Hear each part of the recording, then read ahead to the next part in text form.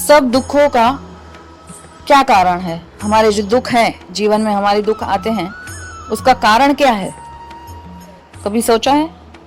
तो भगवान भगवत गीता में हमें कहते हैं कि दुख का कारण क्या है। तो आइए हम देखते हैं अध्याय 2 श्लोक नंबर 62।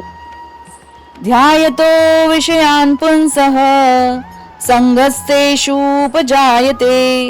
संगात संजायते कामः कामात् क्रोधो अभिजायते।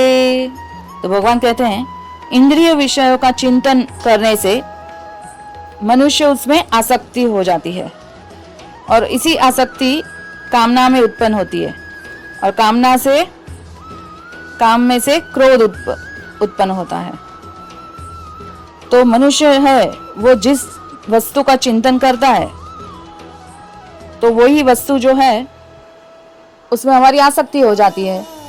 जैसा कि कोई दिन रात अगर कार के बारे में सोचे कि नहीं मुझे तो बड़ी कार चाहिए, तो दिन रात कार को देखेगा और फिर देखते देखते उसके बारे में सोच के उसको उसमें मोह हो जाएगा, नहीं मुझे अभी ऐसा लेना ही है, करना ही है, तो उसके लिए वो करेगा। और फिर अगर उससे नहीं हो पाया तो उससे क्रोध आता है ना। तो क्रोध उससे ही होता है और फिर क्रोध ही सब दुखों का कारण हो जाता है, क्योंकि अपनी इच्छा पूरी नहीं हुई तो वो फ्रस्ट्रेट हो जाता है। तो हम लोग देखते हैं कि श्रीमद् भागवतम में भी अजामिल है, जो उसका पतन कैसे हुआ अजामिल का।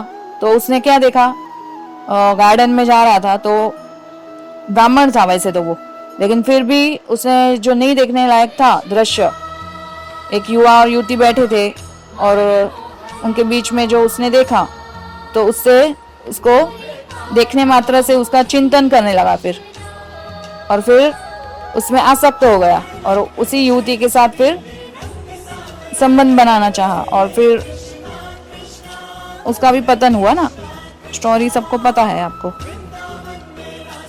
तो इंद्रिय विषयों के चिंतन से ही मनुष्य का पतन होता है। तो शुरुआत कहाँ से होती है? इंद्रिय विषयों के चिंतन से।